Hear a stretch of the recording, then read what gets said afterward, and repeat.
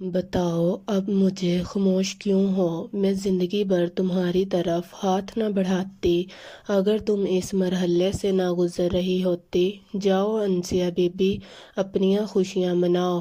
مر گئے تمہارے والدین، مر گئی تمہاری بہن، امی نے غصے سے کہا۔ امی ایک بار بات تو سن لے، میری رانیہ نے روتے ہوئے کہا، جبکہ وہ اس کی بات سنے بغیر ہی وہاں سے نکلتی چلی گئی۔ اچانک رانیہ کی حالت خراب ہونے لگی تھی، اس کی آنکھیں آہستہ آہستہ بند ہو رہی تھی۔ وہ وہیں زمین پر بیٹھ گئی۔ 1 منٹ میرا بیگ اندر چھوڑ گیا، 1 منٹ میں آتی ہوں۔ ماں کے ہاتھ سے اپنا ہاتھ چھڑواتی وہ واپس اندر بھاگ گئی، لیکن رانیہ کو زمین پر بیٹھا دیکھ کر دوڑ کر اس کے قریب آئی۔ آپی، اس نے پکارا، لیکن رانیہ نے آنکھیں نہ کھولی۔ خدایا میں کیا کروں؟ وہ پریشانی سے آگے پیچھے کسی کی مدد کے لیے ڈھونڈنے لگی۔ تب اچانک ہی ایک آدمی آ کر اس کے قریب بیٹھا۔ رانیہ، کیا ہوا ہے؟ اسے اس آدمی کی نظروں کی بے چینی ابریش کو رانیہ کے ساتھ اس شخص کا رشتہ بیان کر گئی تھی۔ پتہ نہیں، اچانک بے ہوش ہو گئی ہے، ابریش نے روتے ہوئے بتایا، جبکہ وہ آدمی اس کی آنسوؤں کی پرواہ کیے بغیر رانیہ کو اٹھا کر باہر کی طرف بھاگ گیا۔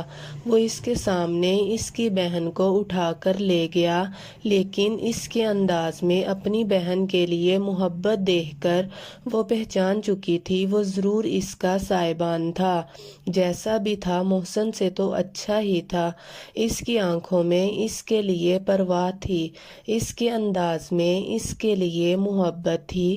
اگر اس شخص کے لیے اس نے محسن کو چھوڑ دیا تھا تو بالکل ٹھیک کیا تھا، لیکن اس شخص کے لیے اس نے اپنے والدین کو ٹھکرا دیا تھا، کیا وہ بھی ٹھیک تھا؟ ابریش خود سے یہ سوال کر رہی تھی جب اس کے کندھے پر کسی عورت نے ہاتھ رکھا۔ ارے یہ تو رانیہ تھی نہ! قاسم اسے کہاں لے کر گیا ہے؟ لگتا ہے طبیعت خراب ہو گئی ہے اس کی، عورت نے تبصرہ کرتے ہوئے کہا۔ یقیناً وہ انہیں جانتی تھی۔ آپ جانتی ہیں انہیں؟ ابریش نے بے چینی سے پوچھا۔ رانیہ کی طبیعت کو لے کر وہ بھی بہت پریشان تھی۔ ارے جانتی ہوں، یہ تو ہماری ہی بلڈنگ میں رہتی ہے، بلکہ میرے فلیٹ سے اوپر والے فلیٹ میں۔ یہ دونوں میاں بیوی ہی تو رہتے ہیں۔ 4 سال کے بعد اللہ اولاد دینے جا رہا ہے۔ طبیعت خراب رہتی ہے رانیہ کی، کیا آپ مجھے ان کا ایڈریس بتا سکتی ہیں؟ اور ابریش نے بے چینی سے کہا۔ وہ جانا نہیں چاہتی تھی، اپنی بہن سے ملنا بھی نہیں چاہتی تھی، لیکن اس کی حالت دیکھ کر وہ پوچھے بنا بھی نہ رہ سکی۔ ہاں بتا سکتی ہوں، عورت نے اس کی بے چینی دیکھتے ہوئے اسے رانیہ کا ایڈریس بتا دیا۔ وہ اس سے ملنے کا ارادہ نہیں رکھتی تھی، لیکن نہ جانے کیوں اس نے پھر ایڈریس لے لیا۔ پرنسپل صاحب، آپ اپنے آفس سے باہر نکلے تو کل اس کی طرف سے ابریش کو آتے دیکھا۔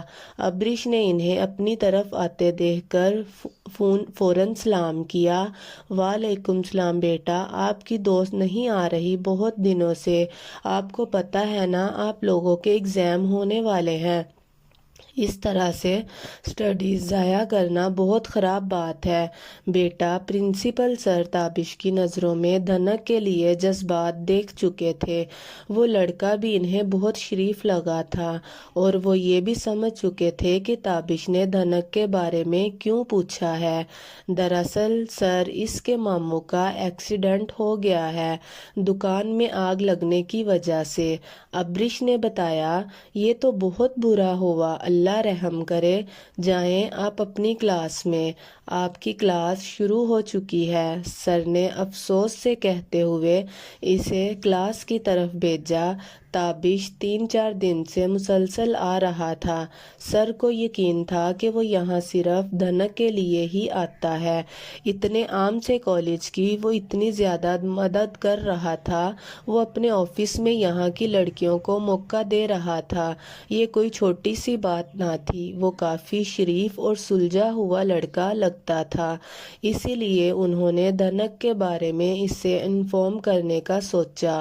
اگر وہ صبح یہاں آتا ہے تو اسے دھنک کے بارے میں ضرور بتانے والے تھے کیا ہوا عظیم اتنے پریشان کیوں ہیں؟ عظیم صاحب کو کل ہی ہسپتال سے واپس لایا گیا تھا۔ پلر گرنے کی وجہ سے نہ صرف اس کی پیٹھ بری طرح سے جھلس گئی تھی بلکہ ان کی کمر کی ہڈی بھی ٹوٹ چکی تھی۔ دھنک نے تو رو رو کر برا حال کیا ہوا تھا۔ دکان کا افسوس کرنے کے لیے بھی بہت لوگ آئے۔ ایک دن ہی تو ان کا سہارا تھا جو چھن گیا۔ دکان کو بچاتے بچاتے عظیم نے اپنی ساری جان لگا دی لیکن پھر بھی دکان کو نہ بچا پایا۔ زینب ابھی دھنک کو زبردستی کمرے میں بیچ کر آئی تھی۔ وہ کل ساری رات بھی جاگتی رہی۔ 3 دن سے وہ کالج بھی نہیں جا رہی تھی۔ زینب نے اب زبردستی اسے آرام کرنے کے لیے بھیجا تھا لیکن پھر بھی وہ اپنی حساس طبیعت سے مجبور اٹھ کر پھر سے ماموں کے کمرے میں آنے لگی۔ جب زینب مامی کی آواز سنی، زینب دکان میں سب کچھ جل گیا، کچھ بھی نہیں بچا، کمیٹی کے پیسے تک جل گئے۔ وہ پیسے جو میں نے اپنی بچی کی شادی کے لیے رکھے تھے وہ سب بھی جل گئے، سب کچھ برباد ہو گیا، میری ساری زندگی کی کمائی لٹ گئی۔ ماموں پریشانی سے بول رہے تھے۔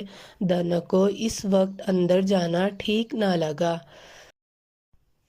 آپ پریشان نہ ہوں، ابھی دھنک ہے ہی چھوٹی سی، کر لیں گے اس کی شادی، ہو جائیں گے پیسے، آپ پریشان نہ ہوں۔ وہ انہیں پریشان دیکھ کر ان کے قریب آ گئی تھی۔ کہاں سے ہوں گے زینب، کہاں سے ہوں گے پیسے؟ ہمیں تو کھانے کے لالے پڑ جائیں گے، کہاں سے لاؤں گا میں پیسے، کہاں سے کروں گا میں اپنی معصوم بچی کی شادی؟ لوگ میرے منہ پر تھوکیں گے کہ بانجی پال لی اور ٹھیک سے اس کی شادی تک نہ کر سکا۔ زینب، میں بہت سارے لوگوں کا قرض دار ہو چکا ہوں۔ دکان میں کمیٹی کے پیسے تھے جو کچھ لوگوں نے میرے پاس ڈالی ہوئی تھی، کہاں سے دوں گا میں ان سب کے پیسے؟ ماموں پریشانی سے بولے۔ کتنے پیسے تھے؟ مامی نے پوچھا۔ 15 لاکھ میں نے دھنک کی شادی کے لیے جمع کیے تھے اور 11 لاکھ امانت کے طور پر لوگوں نے میرے پاس رکھوائے ہوئے تھے، انہی میں کمیٹیاں بھی شامل تھی۔ زینب، میں کہاں سے دوں گا ان لوگوں کو پیسے؟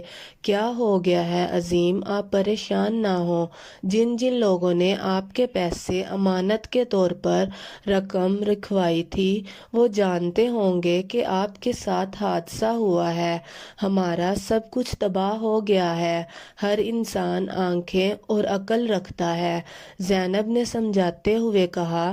نہیں زینب، وہ پیسے امانت کے طور پر تھے، کمیٹی کے طور پر تھے، قرض کے طور پر تھے۔ زندگی میں حادثات ہوتے رہتے ہیں لیکن امانت ہر قیمت پر لٹانی پڑتی ہے، ماموں نے سمجھاتے ہوئے کہا، جبکہ باہر کھڑی دھنک بس یہ سوچ رہی تھی کہ ماموں ان سب کے پیسے کیسے چکائیں گے، اتنی زیادہ رقم کس طرح سے واپس کریں گے۔ ڈاکٹر نے تو ماموں کو تقریباً 6 ماہ تک بستر سے اٹھنے سے منع کیا تھا۔ دھنک کو قاسم کے فلیٹ میں رہنا بہت عجیب لگ رہا تھا۔ اس نے نوٹ کیا تھا قاسم رانیہ کا خیال رکھ رہا تھا، اس کی طبیعت بہت خراب تھی، جبکہ اس کے باوجود بھی اس کا سارا دھیان دھنک کی طرف تھا۔ دھنک کو عجیب شرمندگی ہو رہی تھی۔ اس وقت اس کی بیوی کو سب سے زیادہ قاسم کی ضرورت تھی اور قاسم دوست میں الجھ کر رہ گیا تھا جس کی وجہ سے وہ اپنی بیوی کا خیال ٹھیک سے نہیں رکھ پا رہا تھا۔ 2 دن بعد حسین یہاں سے جانے والا تھا۔ وہ دھنک کو تقریباً سارا کام سمجھا چکا ہوگا۔ دھنک کو ابھی فلیٹ کے بارے میں زیادہ کچھ سمجھ تو نہ آیا تھا، سوائے اس کے صبح ایک میڈ آتی ہے جو گھر کی صفائی کرتی ہے، صبح کا ناشتہ قاسم بناتا ہے یا شاید رانیہ کی طبیعت خراب ہونے کی وجہ سے وہ بنا رہا تھا۔ دوپہر اور رات کا کھانا وہ اپنے آفس سے ہی کھاتا تھا۔ دھنک کو یہاں رہتے ہوئے تیسرا دن تھا لیکن ابھی تک وہ رانیہ سے نہیں ملا تھا۔ طبیعت خراب ہونے کی کی وجہ سے ڈاکٹر نے اسے بیڈ ریسٹ کرنے کے لیے کہا تھا، جس کی وجہ سے وہ باہر نہیں آتی تھی اور دورق کو ان کے کمرے میں جاتے ہوئے عجیب لگتا تھا۔ وسیع، تمہیں شرم نہیں آتی؟ روز ٹیچر تمہاری اتنی انسلٹ کرتے ہیں اور تم ہو جو بے شرموں کی طرح آگے سے ہنستے ہی رہتے ہو۔ اگر بے عزتی ہی کروانی ہے تو کلاس میں آتے ہی کیوں ہو؟ پڑھنا تو تم نے ویسے بھی نہیں ہوتا، حیا نے آج تپ کر کہا، کیونکہ وہ پوری کلاس کو بتا چکا تھا کہ حیا اس کی دوست ہے اور اسے کوئی تنگ نہ کرے، اور جب وہ اپنی ہی دوست کی اس طرح سے پوری کلاس کے سامنے انسلٹ ہوتے دیکھتی تھی تب اسے وسیع پر بہت غصہ آتا ہے، لیکن وہ بھی دنیا کا سب سے ڈھیٹ آدمی تھا جسے ذرا اثر نہ تھا ان سب باتوں کا۔ مائی ڈیئر فرینڈ، تمہیں کس بیوقوف نے کہا ہے کہ میں یہاں یونی میں پڑھنے کے لیے آتا ہوں؟ تو پھر کس لیے آتے ہو؟ حیا اس کے انداز میں بولی، میں ان معصوم لڑکیوں کے پیچھے آتا ہوں جو مجھے دیکھ دیکھ کر جیتی ہیں، جو مجھے نہار نہار کر ٹھنڈی آہیں بھرتی ہیں، جنہیں میں ایک دن نظر نہ آؤں تو کوئی صدمے سے مر نہ جائے، ان کی زندگی بچانے کے لیے آتا ہوں میں۔ ہاں، میں تمہیں بہت بے درد انسان نظر آتا ہوں، لیکن بہت نرم دل انسان ہوں۔ وسیع اوور ایکٹنگ کی حدیں توڑ دیتے ہوئے بولا، مائی ڈیئر فرینڈ، پہلی بات تو جو تمہیں لگتا ہے کہ یہ ساری لڑکیاں تم پہ مرتی ہیں، وہ تم پہ مرتی نہیں، تم پر ہنستی ہیں۔ یہ جو تمہیں نہار نہار کر ٹھنڈی آہیں بھرتی ہیں وہ تم پر ترس کھاتی ہیں۔ اگر تم انہیں ایک دن نظر نہیں آؤ گے نہ تو ہاں صدمہ انہیں ضرور ہوگا، کیونکہ ایک دن جوکر نظر نہیں آئے گا۔ اسی لیے اپنی یہ خوش فہمیوں کی دکان بند کرو اور تھوڑا سا اسٹڈیز پر دھیان دو، ورنہ میں تم جیسے نالائق انسان کے ساتھ دوستی نہیں کر سکتی۔ حیا کنٹین کے ڈیسک پر بیٹھتے ہوئے بولی، تم نے مجھے نالائق کہا؟ حیا تم بھول گئی کہ میں نے تمہیں بابا پتہ ہے تم نے مجھے اپنی بنائی ہوئی اسائنمنٹ دینے کا احسان کیا تھا اور پچھلے 15 دن سے اس احسان کو بار بار مجھ پر جتا رہے ہو۔ میں مانتی ہوں تم نے مجھ پر احسان عظیم کیا ہے، لیکن وہ احسان عظیم لینے کی غلطی میں کر چکی ہوں اور اس سے بڑی غلطی تم سے دوستی کرنے کی ہے۔ دیکھو وسیع، اب میں تم سے تب ہی بات کروں گی جب تم آج کی اسائنمنٹ تیار کر کے لاؤ گے، ورنہ مجھ سے بالکل بات کرنے کی ضرورت نہیں ہے۔ حیا ناراضگی سے اٹھ کر چلے گئی، جبکہ وسیع اس کی باتوں پر صرف مسکرائے جا رہا تھا۔ لگتا ہے آپ میڈم کا موڈ ٹھیک کرنے کے لیے تھوڑی سی محنت کرنی پڑے گی۔ وسیع ویٹر کو آرڈر لکھوانے لگا، جبکہ حیا کا ڈرائیور آ چکا تھا اور اب وہ گھر جانے والی تھی۔ گھر میں عجیب سی خاموشی تھی، دھنک بھی چپ تھی، نہ کوئی شرارت کرتی نہ ہی کوئی فرمائش۔ اس کی خاموشی مامی بہت شدت سے نوٹ کر رہی تھی، انہیں تو اپنی ہنستی کھیلتی دھنک ہی اچھی لگتی تھی۔ ماموں کے ایکسیڈنٹ کو آج 6 دن گزر چکے تھے، ان 6 دنوں کے بعد ہی کچھ لوگ پہنچ آئے جن کو ماموں نے پیسے دینے تھے۔ یار رحیل، تم میرا حال دیکھ تو رہے ہو، کہاں سے لا کر دوں میں تمہیں پیسے؟ میں کوشش کرتا ہوں کچھ عرصے میں اپنی دکان پھر سے ڈالنے کی کوشش کروں گا، میں تمہارے سارے پیسے لوٹا دوں گا۔ آج تک ماموں کے گھر میں پیسے مانگنے کے لیے کوئی نہ آیا تھا، وہ یہ سارے معاملات گھر سے باہر ہی دیکھتے تھے۔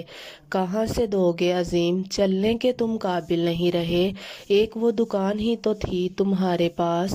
مجھے تو لگتا ہے کہ دکان کو آگ تم نے خود جان بوجھ کر آگ لگائی ہے تاکہ تم ہمارے پیسے واپس نہ کرو۔ رحیل ماموں کی بات سن کر بھڑک اٹھا، یہ کیسی باتیں کر رہے ہو تم؟ رحیل مجھے کیا فائدہ بھلا اپنی ہی دکان میں آگ لگانے کا؟ صرف تمہارا نقصان نہیں ہوا ہے، میری دکان جل گئی۔ 22 سال سے وہ دکان چلا رہا تھا، میں صرف تمہارے پیسے نہیں تھے اور بھی لوگوں کے تھے۔ میری بیٹی کی شادی کے لیے رقم تھی۔ میں تو یہ سوچ سوچ کر پریشان ہو رہا ہوں کہ میں اپنی بچی کی شادی کس طرح کروں گا، اور تم ہو جو مجھے تانے مار رہے ہو۔ میں یہ سب کچھ نہیں سننا چاہتا عظیم، 2 ماہ بعد میری بیٹی کی شادی ہے، اور یہ تم بھی جانتے ہو سسرال والے ڈیمانڈ کر رہے ہیں۔ پوری نہ ہونے کی صورت میں وہ بارات لے کر نہیں آئیں گے۔ نکاح ہو چکا ہے میری بچی کا۔ مجھے بس یہ پتا ہے کہ تمہارے پاس 2 ماہ ہے، کہیں سے بھی مجھے میری رقم واپس کرو۔ مجھے غلط مت سمجھنا حسین، لیکن میری بچی کی زندگی کا سوال ہے۔ رحیل ہاتھ جوڑتا اس کے قریب سے اٹھ کھڑا ہوا، جبکہ ان دونوں کی آواز میں باہر تک آ رہی تھی۔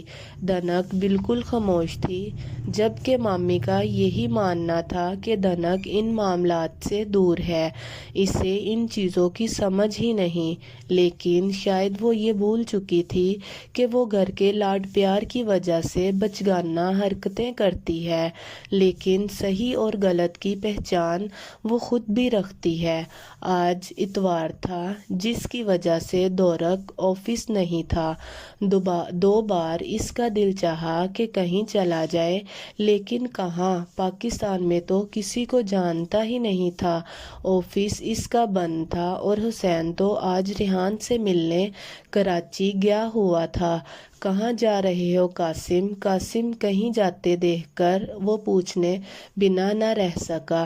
یار وہ آفس میں کچھ کام آ گیا ہے، وہاں جا رہا ہوں۔ تمہارا ناشتہ میں نے بنا دیا ہے، قاسم نے مصروف انداز میں بتایا۔ یار آج تو سنڈے ہے، سنڈے کو کون کام پر جاتا ہے؟ کچھ شکل سے ہی کافی بیزار لگ رہا تھا۔ قاسم اس کی شکل دیکھ کر بے ساختہ مسکرایا۔ وہ لالے کی جان، صرف تھوڑی دیر کے لیے جا رہا ہوں، جلدی سے واپس آؤں گا، پھر انجوائے کرتے ہیں۔ وہ اس کا موڈ بنانے کے لیے بولا، ٹھیک ہے، جب تک تم واپس آتے ہو تب تک میں تھوڑی دیر کے لیے سو جاتا ہوں، رات کو بھی دیر سے سویا تھا، دورک نے بتاتے ہوئے واپس کمرے کی راہ پکڑی۔ پرسوں ہی تو تم اپنی ماں کے ساتھ گئی تھی بازار، اب پھر سے کیوں جانا ہے؟ ابو نے پوچھا۔ ابو، وہ اس دن میں بہت ساری چیزیں بھول گئی تھی، امی نے بھی اتنی جلدی مچا رکھی تھی کہ میں کچھ لے ہی نہیں پائی، اور آج کل دھنک بھی بہت پریشان ہے، تو میں نے سوچا اسے تھوڑی دیر کے لیے باہر لے جاتی ہوں، اگر آپ اجازت دیں تو۔ ابریش نے کہا، ٹھیک ہے چلی جاؤ، لیکن جلدی واپس آنا، یہ نہ ہو کہ سارا دن بازار میں ہی گھومتی رہو۔ نہیں ابو، میں بس تھوڑی سی ہی دیر میں آ جاؤں گی، بس 1-2 چیزیں لینی ہے، ابریش نے اجازت ملنے کی خوشی میں کہا۔ جب سے ابریش کی منگنی طے ہوئی تھی تب سے ہی ابا بہت خوش رہنے لگے تھے، اور جب سے ابریش نے رانیہ کی وہ حالت دیکھی تھی تب سے پریشان تھی۔ وہ اپنے دل کو بہت سمجھانے کے باوجود بھی خود کو رانیہ کے قریب جانے سے روک نہیں پائی تھی، اسی لیے آج وہ اس سے ملنے جانے کا ارادہ رکھتی تھی۔ اس نے نہ تو امی کو اس بارے میں بتایا تھا اور نہ ہی ابو کو، بس اکیلے ہی اس سے ملنے جانا چاہتی تھی۔ اس کی حالت دیکھ کر وہ بے حد پریشان تھی۔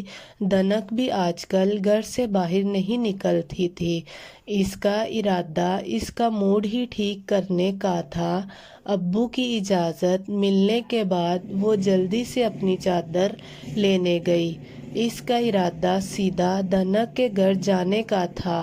ہاں دھنک، چلی جاؤ، تم تو کتنے دنوں سے گھر سے ہی نہیں نکل رہی، ماموں نے پیار سے سمجھایا۔ ابریش نے اس کی بہت منتیں کی تھی، لیکن وہ کہیں باہر نہیں جانا چاہتی تھی۔ وہ تو 1 ہفتے سے کالج تک نہیں جا رہی تھی، وہ بھی ابریش اکیلے سب سنبھال رہی تھی، اس کے نوٹس بھی بنا رہی تھی۔ نہیں ماموں، میرا دل نہیں کر رہا، دھنک نے اداسی سے کہا۔ دیکھو میری جان، میں جانتا ہوں تم میری وجہ سے اداس ہو، لیکن اس طرح سے تمہیں اداس دیکھ کر میری ہمت ٹوٹ جائے گی۔ تم جانتی ہو نا تم میری ہمت ہو، اگر تم ہی اس طرح سے اداس رہنے لگی تو میرا کیا بنے گا؟ ماموں نے اسے پیار سے سمجھایا۔ ماموں نے کبھی نہیں سوچا تھا وہ اس معاملے کو لے کر اتنی سیریس ہو جائے گی۔ وہ لوگ تھی ابھی تک اسے نادان بچی سمجھے ہوئے تھے۔ ماموں، میرا دل نہیں کر رہا، میں جانتا ہوں میری جان، لیکن مجھے پتا ہے ابریش کے ساتھ کہیں بھی جا کر تمہارا دل لگ جائے گا۔ مامی بھی اسے اتنی بار کہہ چکی تھی کہ ابریش کے گھر چلی جاؤ، ابریش کے ساتھ وقت گزاراؤ، لیکن وہ نہیں مان رہی تھی۔ اب ابریش خود گھر آئی تو مامی نے بھی یہی کہا کہ وہ اس کے ساتھ ضرور جائے۔ اس کی اداسی سب کو اداس کیے ہوئے تھی۔ ماموں تو اسے دیکھ دیکھ کر جیتے تھے۔ اس کی شرارتوں سے تو یہ گھر آباد تھا اور اب وہ خاموش ہو گئی تھی۔ ماموں اور مامی کے بار بار کہنے پر وہ مجبور ہو کر اس کے ساتھ آ گئی، لیکن راستے میں اس نے آ کر بتایا کہ وہ کہیں شاپنگ پر نہیں بلکہ رانیہ کے فلیٹ میں جا رہے ہیں۔ آج اتوار تھا، آج دھنک کا کالج بند تھا۔ پچھلے ایک ہفتے سے وہ مسلسل وہاں جا رہا تھا، لیکن آج یہ ممکن نہ تھا۔ پرنسپل سر نے جب اسے یہ بتایا کہ ان کی دکان میں آگ لگنے کی وجہ سے اس کے ماموں کا ایکسیڈنٹ ہو گیا ہے، جس میں ان کی کمر کی ہڈی ٹوٹ چکی ہے، اسے بہت افسوس ہوا۔ اسے یقین تھا کہ دھنک اس وقت بہت اداس ہوگی۔ اس کا دل بہت چاہا کہ اس کے پاس جائے، اس کا درد بانٹے، لیکن یہ اتنا بھی آسان نہ تھا۔ وہ اس کے اوپر کیا حق رکھتا، اور رشتے تو حق سے بنتے ہیں، اور اس کے پاس نہ تو کوئی رشتہ تھا اور نہ ہی حق۔ یک طرفہ محبت کی بنیاد پر وہ اس پر حق نہیں جتا سکتا تھا۔ میں تمہیں مانگ لوں گا دھنک اپنے لیے، میں بہت جلد تمہیں اپنی زندگی میں شامل کروں گا۔ یہ معاملہ ٹھنڈا ہو جائے پھر ہم ڈیڈ سے اس بارے میں بات کرتا ہوں۔ سب سے پہلے دھنک کو بتاؤں گا، اگر وہ راضی ہو تب ہی میں موم ڈیڈ کو اس کے گھر لے کے جاؤں گا۔ تابش نے سوچا، دھنک اس کے ذہن پر اس حد تک سوار ہو چکی تھی کہ وہ جلد سے جلد اسے اپنی زندگی میں شامل کرنا چاہتا تھا۔ اس نے کبھی نہیں سوچا تھا کہ وہ کسی لڑکی کو اس طرح سے چاہنے لگے گا کہ اس کی تکلیف کا سوچ کر بھی وہ اداس ہونے لگے۔ اس کے ذہن میں صرف ایک ہی بات چل رہی تھی کہ دھنک اس وقت پریشان ہے، اداس ہوگی، شاید رو بھی رہی ہوگی۔ اس کے آنسوؤں کا سوچ کر تابش اندر ہی اندر گھٹ رہا تھا۔ اس کا دل چاہ رہا تھا کہ ابھی اور اسی وقت اپنی دھنک کے پاس جائے، اس کا دکھ بانٹے، اسے اپنے ساتھ کا یقین دلائے، لیکن یہ اتنا بھی آسان نہ تھا۔ ابریش، مجھے لگتا ہے ہمیں جھوٹ بول کر یہاں نہیں آنا چاہیے تھا، ہمیں تو ٹھیک سے ایڈریس بھی نہیں پتا اور منہ اٹھا کر یہاں آ گئی۔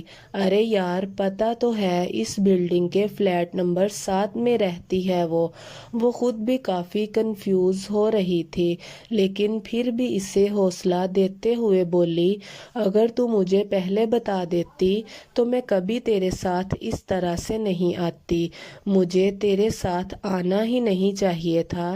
دھنک نے منہ بنا کر کہا، واہ، میں نے ہمیشہ تیرا ساتھ دیا، تیرے ہر الٹے سیدھے کام میں تیرے ساتھ برابر کی شریک رہی، اور اب جب مجھے تیری ضرورت ہے تو مجھے آنا ہی نہیں چاہیے تھا۔